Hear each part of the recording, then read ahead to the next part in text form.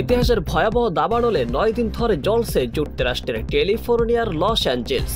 এ পর্যন্ত দাবানলে প্রাণ হারিয়েছে অন্তত 24 জন, নিখোঁজ রয়েছেন তাহার ভিতরে বেশ কয়েকজন।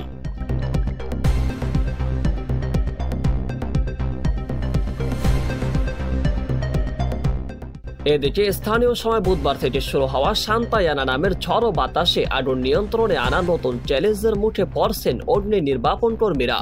এর মধ্যে আগুনের কারণের আশঙ্কা করেছেন আবহাওয়া বিশেষজ্ঞরা।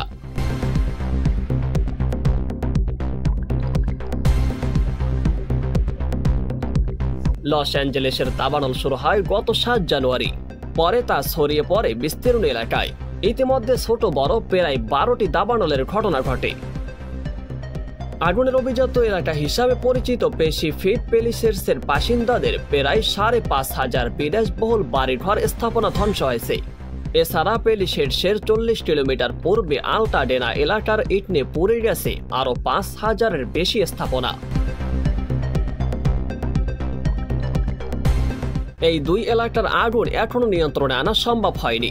এই দুই এলাকায় এখনো প্রায় 40,000 একর জমি জ্বলছে। আর এমন পরিস্থিতিতে সান্তা আনা নামের ঝড়ো বাতাস বইতে শুরু করায় আরও আশঙ্কা দেখা দিয়েছে। যুক্তরাষ্ট্রের যাবতীয় আবহাওয়া দফতরে এই বার্তা বলা হয়েছে। দাবানল ছড়িয়ে পড়া এলাকায় বাতাসের তীব্রতা আরও বেশি, আর এই কারণেই তৈরি হয়েছে বিপজ্জনক আশঙ্কা।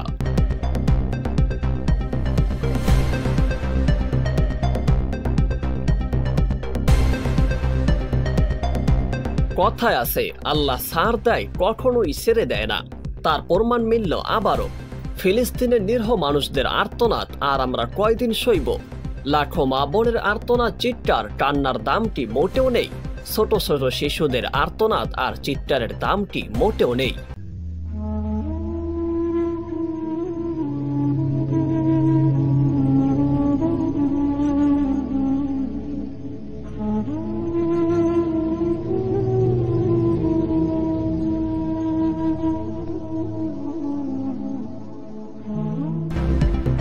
আর আল্লাহ পাক রব্বুল আলামিন কিছু কিছু পাপের শাস্তি হয়তো দুনিয়াতে বসেই দেখান। তাহার ভিতরে অন্যতম নিদর্শন হলো এই দাবানল। যেই দাবানলে পুড়ে গিয়েছে অসংখ্য বাড়িঘর, যা থামানোর জন্য চেষ্টা চলছে এখন পর্যন্ত। কিন্তু দিন যতই সামনের দিকে এগিয়ে যাচ্ছে, ততই দাবানলে পুড়ে যাচ্ছে অসংখ্য হাজার হাজার বাড়িঘর। আর এই আগুন কোথায় গিয়ে থামবে এর কোনো নিশ্চয়তা নেই।